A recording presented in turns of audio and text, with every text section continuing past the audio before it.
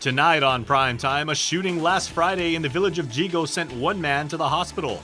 Plus, no arrests have been made in the recent robbery and sexual assault which occurred on the same street up in Dedido.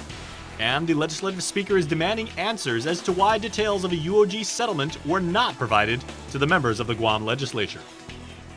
Hafaday and good evening. A man is recovering after being shot in Jigo. With more on our top story, here's Chris Barnett. Another shooting occurs along Back Road to Anderson, and although the Guam Police Department hasn't released much on this shooting, KUAM News was on the scene this morning.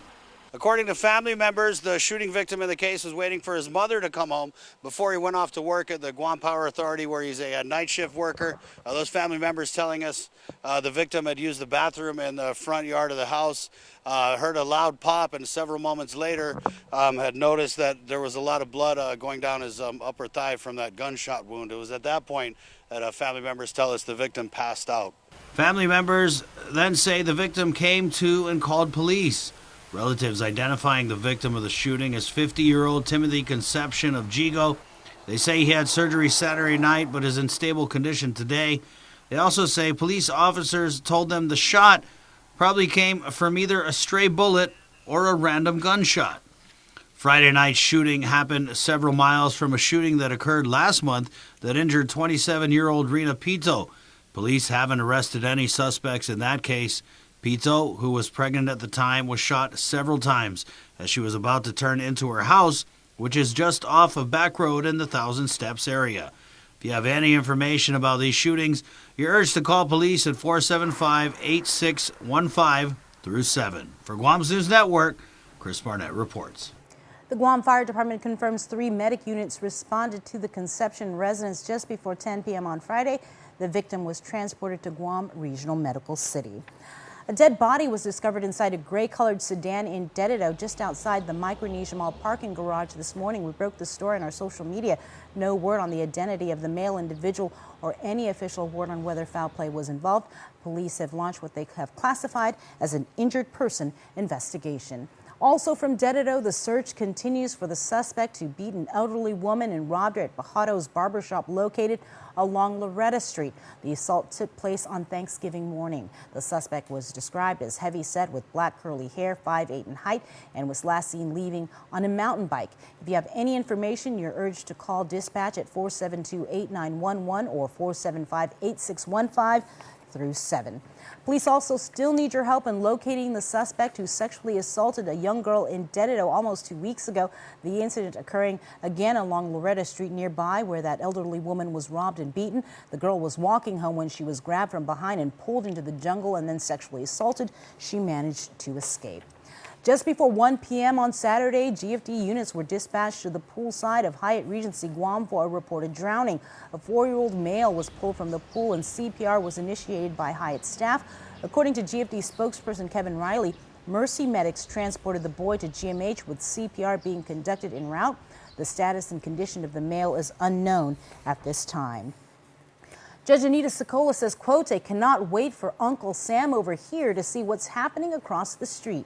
That statement made during a hearing for Vicky Lynn Tarragallo, who was a no-show in her courtroom this morning.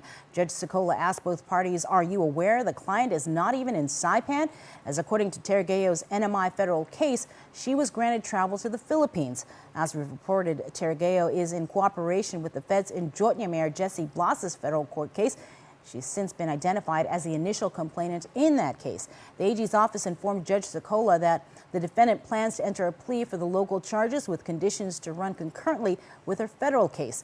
Judge Sokola scheduled another hearing for January 31st. Another defendant in the major DOC contraband scheme enters a change of plea. 33-year-old Edward Crisostomo pleaded guilty to receiving bribes as a third-degree felony for an incident that occurred back in December 2016. He also pleaded guilty to possession of a controlled substance as a third-degree felony for an incident back in August of 2017. Crisostomo told the court since the arrest he's been in the Lighthouse program and attends Narcotic Anonymous meetings, saying that he feels better. It's not easier, but it's better. The defendant faces a sentence of 0 to 5 years that will run concurrent with his federal case, in addition with 3 years of supervised release to follow. Crisostomo's sentencing, along with the various defendants, is scheduled for Christmas Eve. Already sentenced to life in prison, A. Last Cimarron was back in court today for another sentencing hearing. During the proceedings, it was revealed there was a discrepancy in that he was not properly sentenced for two of the charges he was found guilty of. Cimarron, along with Malo Sally, were charged for the 2017 death of Gilbert Alvarez in Manila. The two beat him to death and stole his truck. The additional charges that will be included in the new sentencing won't necessarily have an effect on the amount of time he'll be in jail because he was already sentenced to life in prison back in June. Another hearing has been scheduled for January 10th to clear up the discrepancy. The most recent escapee from the Department of Corrections detention facility in Hagåtña has been indicted in Superior Court. Defendant Patrick Hernandez is charged with escape from custody as a third-degree felony. It was earlier this month when the detainee fled from the facility and took police officers on a nearly 2-hour foot chase. Hernandez is scheduled to be arraigned on December 4th. They were responding to a fire at an abandoned structure in Dededo, but left with damage to two of their units. The incident occurred just before 9 p.m. in Dededo. According to court documents, Andy Rusin was allegedly calling out firefighters to fight. He appeared to be drunk and then headbutt the windshield of one of the fire trucks. He then punched the door of a rescue unit, damaging the side. Rusin said he was trying to play tag with the fire truck. The 26-year-old was charged with criminal mischief, obstructing governmental functions, disorderly conduct, and public drunkenness. Found with a rifle, a shotgun, and drug paraphernalia, 46-year-old Sean Chiquina Sanchez was arrested. Police spotted a black GMC Sierra parked along Route 17 where Sanchez and another man appeared to be dressed in hunting clothes. Court documents say Sanchez was the driver of the pickup and he had a loaded AR-15 rifle and a 12-gauge shotgun inside. Sanchez said the firearms did belong to him, but he didn't have a valid firearms ID on him. Police also found 4 glass pipes, which 3 tested presumptive positive for amphetamines. Although he denied he owned the pipes, Sanchez was charged with possession of a Schedule II controlled substance, as well as 2 counts of possession of a firearm without a valid firearms ID. The Guam Education Board will be discussing a letter sent by Governor Lulian Guerrero regarding the controversy involving GDOE's January decision to start its own interscholastic sports league. As reported, the letter sent Friday night to GEB Chair Mark Mendiola requested that the board reconsider its decision to separate from the IIAAG. Quote, "I am writing to reiterate my support that interscholastic sports remain unified under the Independent Interscholastic Athletic Association, or IIAAG." Mendiola says the board will discuss the matter during their meeting this Friday. The governor asked me, she said she didn't want the community to be divided by this thing. And, I reassured the governor. I said, this is a decision that we didn't take lightly. This was since November of last year. It has been in the media in terms of some of the issues that was addressed to the chairman of the committee, which is Mr. James Lujan. We're far along in this process, but we're still giving it the courtesy, and I think that's what the governor is asking us to do. According to Mendiola, the specific issues were in regards to the organizational structure of IIAAG's decision-making and how they manage day-to-day operations. As reported during an interview with IIAAG President Terry DeBold, he says the issues were never voiced to them by the board. The governor closed her letter stating that she stands firmly that student athletes have served well under the IIAAG since the arrangement in 1999 and that it has broken down barriers between public and private schools.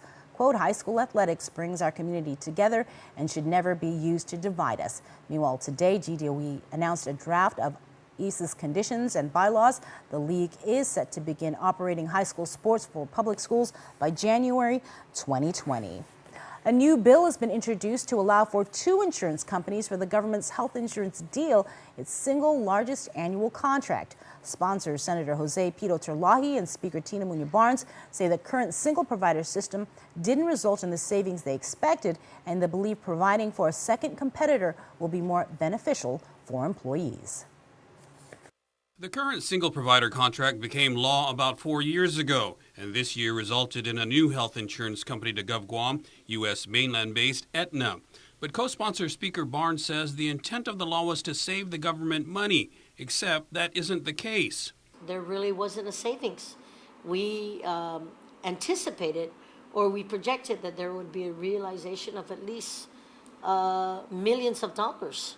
And today, if I'm not mistaken, and I can be corrected, but we're looking at having to pay an additional, if I'm not It's taken $38 million.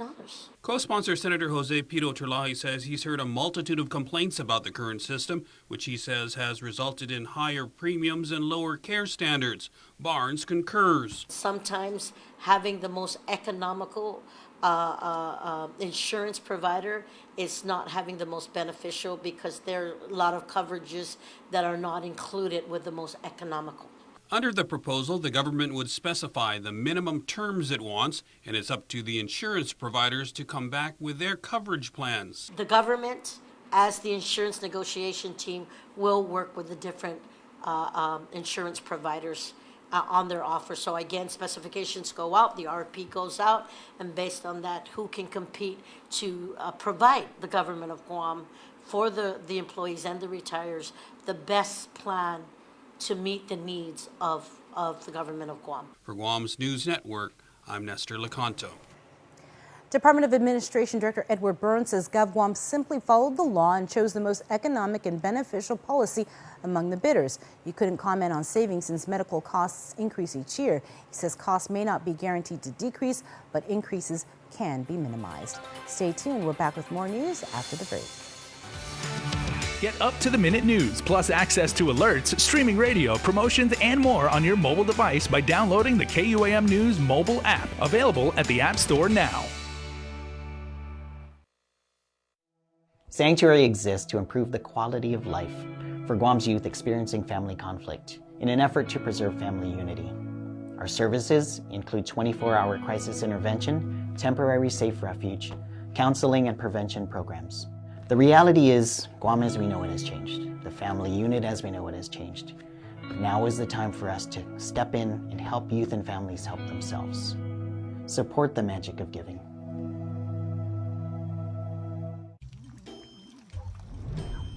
Yo, Jay, you sure you want to be washing your car right now, man? Not now, Kev. I'm watching Betsy, and she has to be spotless, bro. Clouds are coming in fast. It looks fine to me. Look again. It looks fine, Kevin. It looks fine. You know what makes more sense than Guam's weather? Using your Bank of Guam credit card at any Shell station to save 6% on gas purchases. Call, click, or visit for more details. Make more sense. Bank of Guam, the People's Bank. Member FDIC. We value relationships because when we commit, I love you guys until you're 80, until you're 90, until you're 100, forever. We are in it for the long run. So you can enjoy the moments that matter.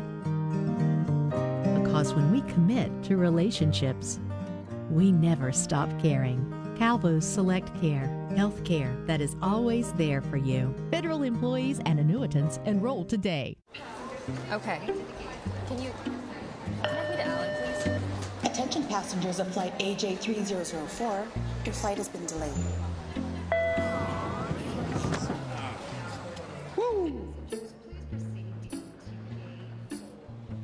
It's the flavor that makes you go, woo. McDonald's new spicy barbecue glazed tenders and chicken sandwich. Made with tender, juicy, all-white meat chicken. Available in 4, 6, or 10-piece chicken tenders. Try the spicy barbecue crispy chicken sandwich too. It's a special delivery to your inbox every week with your KUAM News Roundup, program advisories, and promotions. Sign up for the weekly KUAM Digital Digest today on KUAM.com. Welcome back. Some good news and update on tax refunds. A total of $720,000 worth of tax refund checks will be mailed this week.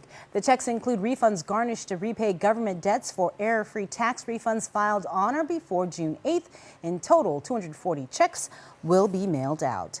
KUAM has learned that the Verona Hotel in Tumon is facing foreclosure. A notice was published this weekend in a local newspaper by the attorneys for the mortgage holder, First Hawaiian Bank, to Polaris Guam LLC, which owns the hotel.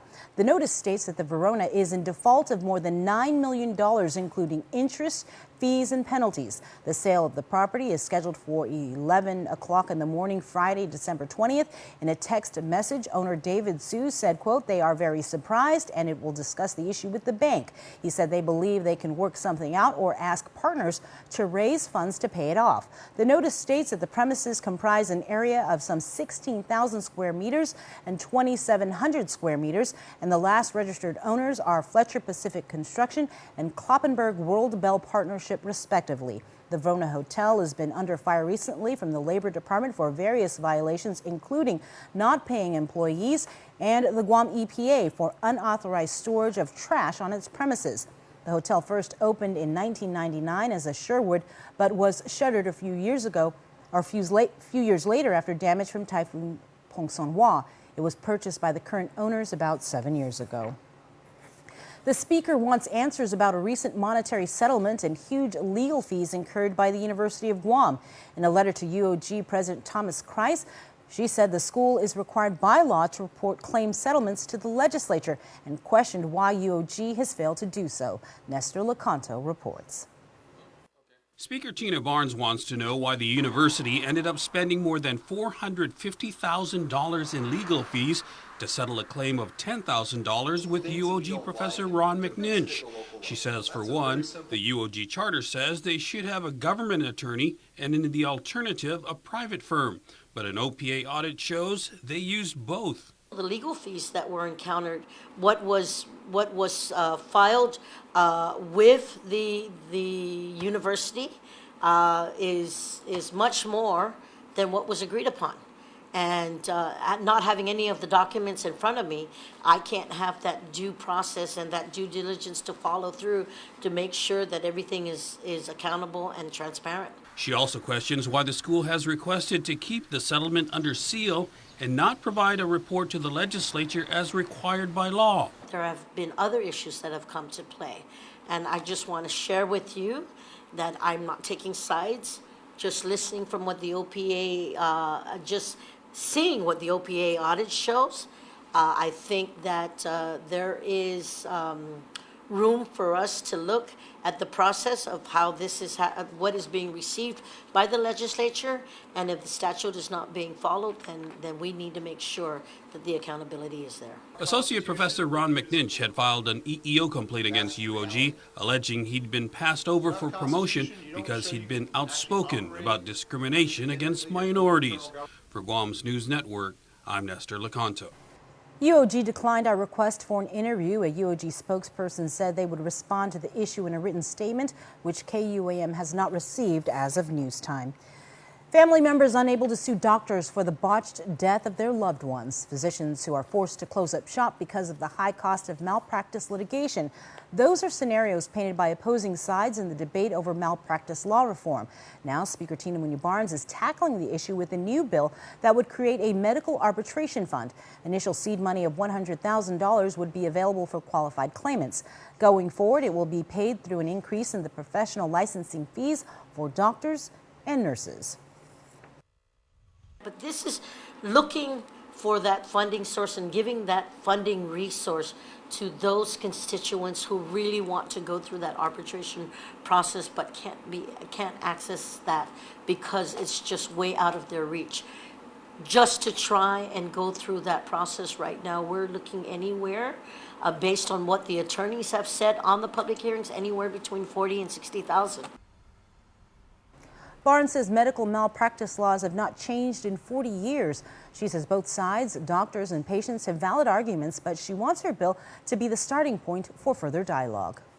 I think it's important that we at least bring this discussion up to the forefront so that some kind of accessibility for those who really want to follow that process there could be an opportunity for them to have access with resources, and then having the checks and balances in place. As oversight chair of human resources, I think that this was one way of at least coming to a middle ground. Barnes says part of her motivation for the bill was the advocacy of David Lubofsky, who has been advocating for reform of malpractice laws after the death last year of his son, Asher. Don't forget that tomorrow is Giving Tuesday, a global day of giving. If you're looking to assist but don't have a plan in place already, join KUAM tomorrow for a day full of activities and reciprocation. It all starts off bright and early in the morning at 8:30 at the DART office, this GPD in Tidzin. And then at 9 a.m. with a presentation at Southern High School where Chris Barnett will be picking up some canned goods. At 10 a.m. the team heads over to Mount Carmel School to pick up toys before making their way over to Ambrose, where they will be donating diapers and baby wipes for the foster children and families. Later in the afternoon, Team KUAM will be delivering pizza from Papa John's for the Manielu Youth Programs at Hemlani Apartments. For the national basketball team, and Claire Calvo from Synergy Studios will be hosting a sports clinic. What will you be doing? Let us know by using the hashtag GivingTuesdayGuam in any of our social media posts. On Friday evening, the grand opening of the governor's holiday home was held. This year, those that stop by the government house in Agana Heights will get to see Christmas trees decorated by a host of Guam's nonprofit organizations, to include Catholic Social Services, Gumamami, Micronesia Climate Change Alliance, West Care Pacific Islands, Guam's Positive Parents Together, Guahan Sustainable Culture, and Sanctuary, Inc. Governor Lulian Guerrero. Just enjoy the holidays and let's be safe during the holidays, and let's continue loving each other, our families, our friends, and even the strangers that we see out in the street. The governor's holiday home is open weekly on Monday and Tuesday from 6 p.m. to 8:30 p.m. until January 7th. On Sunday afternoon at the Sheraton Laguna Guam Resort and Spa, the Menengan Memorial Foundation hosted their 75th anniversary commemoration of Christmases Not Forgotten. This to bring together World War II survivors to share good times and honor them. According to Foundation Chairperson Wooly Flores, as they sat and talked with survivors, many lamented that while the greatest tragedy was the death and suffering our people endured, other parts of life were lost. These include family gatherings, village get-togethers, and other happy occasions that can never be recovered. Flores added, and while they cannot be recovered, they are not forgotten. In their twilight years, they wanted to get together again, and so the foundation agreed to put together a reunion celebration for Christmases lost in World War II. In addition to entertainment and brunch, special gifts were presented to the survivors by none other than Santa Claus and his elves. The National Weather Service continues to monitor a tropical disturbance near Chuuk. Guam Homeland Security and the Office of Civil Defense say no direct threat is expected for Guam or the CNMI at this time. The system is expected to move westward, passing well south of Guam by Tuesday. Several advisories, however, remain in effect. A high risk of rip currents is in effect through Wednesday afternoon, as well as a small craft advisory until midnight Tuesday. Stay tuned. Sports is coming up next.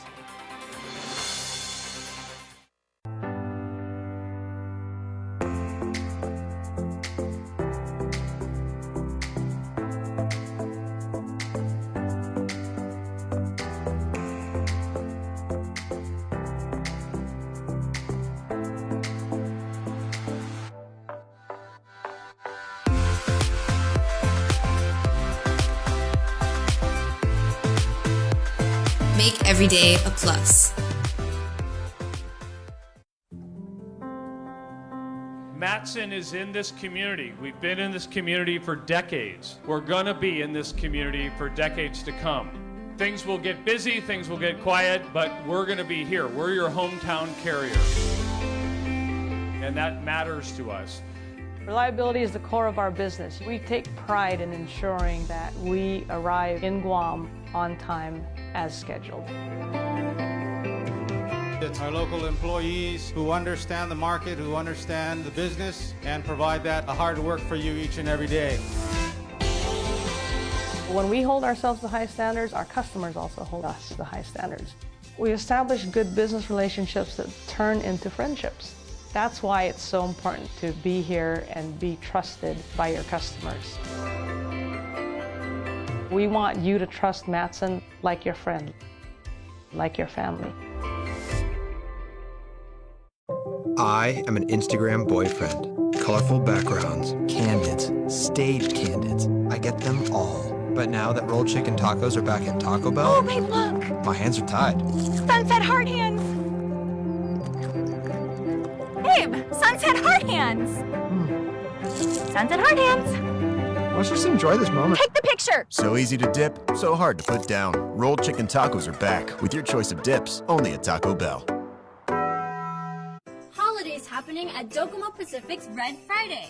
Purchase select phones on our popular Now program and choose a free gift, like free wireless earphones or huge discounts on the latest smartwatch. Prepaid friends get free load with select prepaid phones.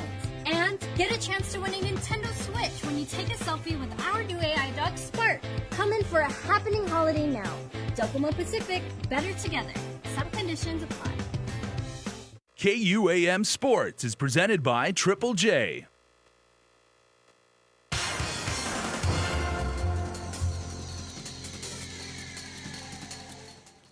What's up, Guam? Dave Delgado here for KUAM Sports. Thanks for watching. We get the show started tonight with some footage from the first annual Special Olympics Guam Jamboree that was held at the GFA National Training Center. Check it out. Special Olympic athletes, coaches, volunteers, family, and friends took to the GFA National Training Center in Harmon for the first ever Guam Football Association Special Olympics Guam Unified Soccer Jamboree.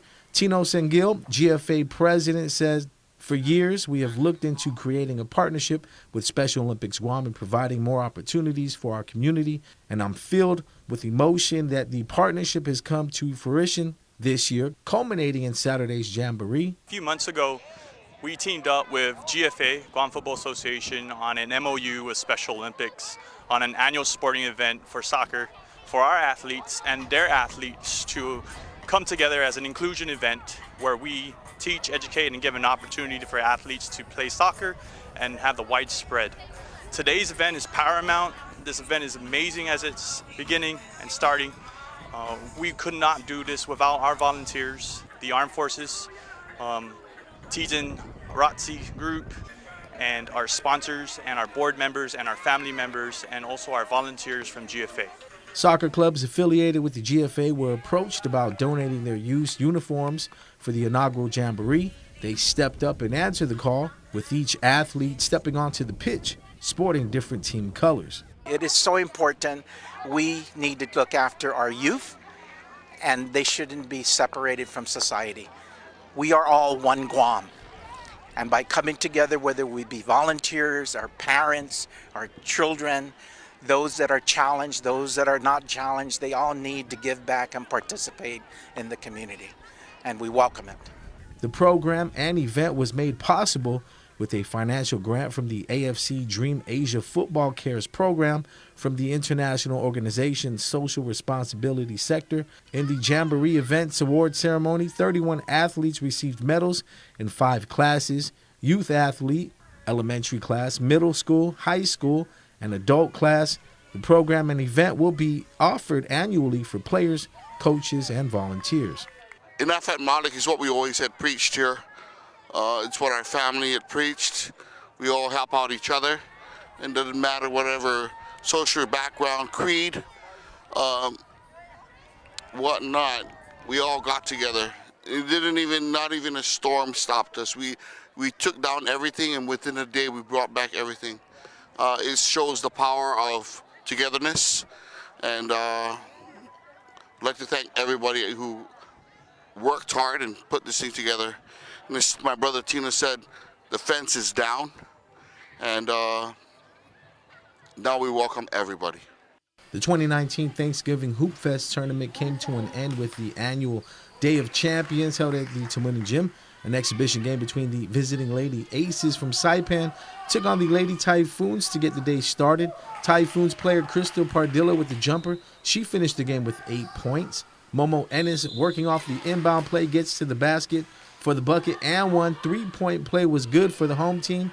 The Lady Typhoons went on to take the game 38-24. Gio Acta put up 8 points in the win. Cassandra Camacho led the Aces in the loss with 6 points.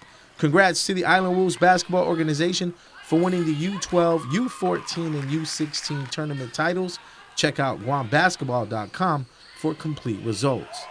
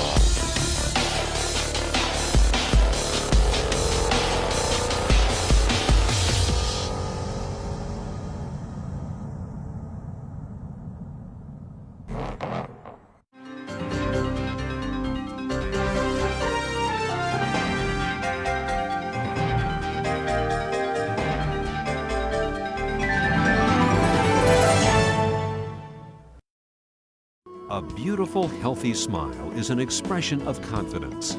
The more confident you are about your smile, the more likely you are to fully express your feelings without having to worry about the way your teeth look. Before cosmetic dentistry, I didn't smile as much. I didn't have the confidence, and it shows. And since I've had cosmetic dentistry done, I feel 10 times more confident. I make my initial introduction with a nice big smile and a handshake, and I just feel like it really is a relationship builder, a nice warm smile, and it makes the clients and customers feel more comfortable with you, feeling confident, and they feel that you're not just there for business, that you're also there kind of as a friend as well.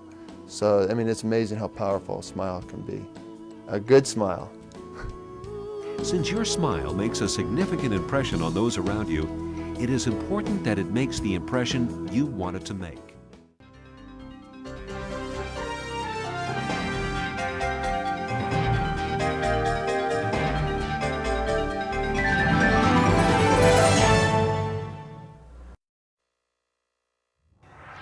Welcome back, everyone. Here's your latest round of birthday shout-outs from the Cold Stone Creamery Birthday Club.